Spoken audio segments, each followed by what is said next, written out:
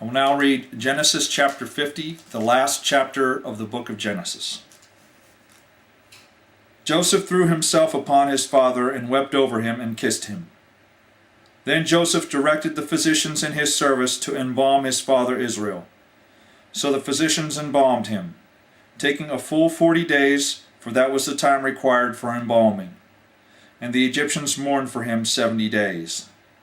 When the days of mourning had passed, Joseph said to Pharaoh's court, "If I have found favor in your eyes, speak to Pharaoh for me. Tell him, my father made me swear an oath and said, I am about to die. Bury me in the tomb I dug for myself in the land of Canaan. Now let me go up and bury my father, then I will return." Pharaoh said, "Go up and bury your father, as he made you swear to do." So Joseph went up to bury his father. All Pharaoh's officials accompanied him, the dignitaries of his court, and all the dignitaries of Egypt, besides all the members of Joseph's household and his brothers and those belonging to his father's household. Only their children and their flocks and herds were left in Goshen. Chariots and horsemen also went with him. It was a very large company. When they had reached the threshing floor of Atad, near the Jordan, they lamented loudly and bitterly, and there Joseph observed a 7-day period of mourning for his father. When the Canaanites who lived there saw the mourning at the threshing floor of Atad, they said, "The Egyptians are holding a solemn ceremony of mourning." That is why the place near the Jordan is called Abel Mizraim. So Jacob's sons did as he commanded them. They carried him to the land of Canaan and buried him in the cave in the field of Machpelah near Mamre, which Abram had bought as a burial place from Ephron the Hittite, along with the field.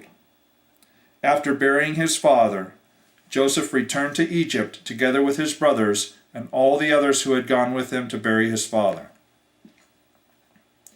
When Joseph's brothers saw that their father was dead, they said, "What if Joseph holds a grudge against us and pays us back for all the wrongs we did to him?" So they sent word to Joseph saying, "Your father left these instructions before he died. This is what you are to say to Joseph. I ask you to forgive your brothers the sins and the wrongs they committed in treating you so badly. Now please forgive the sins of the servants of the God of your father." When their message came to him, Joseph wept. His brothers then came and threw themselves down before him. "We are your slaves," they said. But Joseph said to them, "Don't be afraid. I am in the place of God." Am I in the place of God? You intended to harm me, but God intended it for good, to accomplish what is now being done, the saving of many lives. So then, don't be afraid. I will provide for you and your children.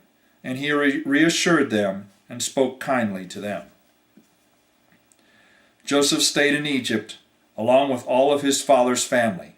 He lived 110 years, and saw the third generation of Ephraim's children. And also the children of Machir, son of Manasseh, were placed at birth on Joseph's knees. Then Joseph said to his brothers, "I am about to die. But God will surely come to your aid and take you up out of this land to the land he promised on oath to Abraham, Isaac, and Jacob." And Joseph made the sons of Israel swear an oath and said, "God will surely come to your aid, and then you must carry my bones up from this place." So Joseph died at the age of 110, and after they embalmed him, he was placed in a coffin in Egypt. That is the end of Genesis chapter 50 and the end of the book of Genesis. Next we will read the book of Exodus.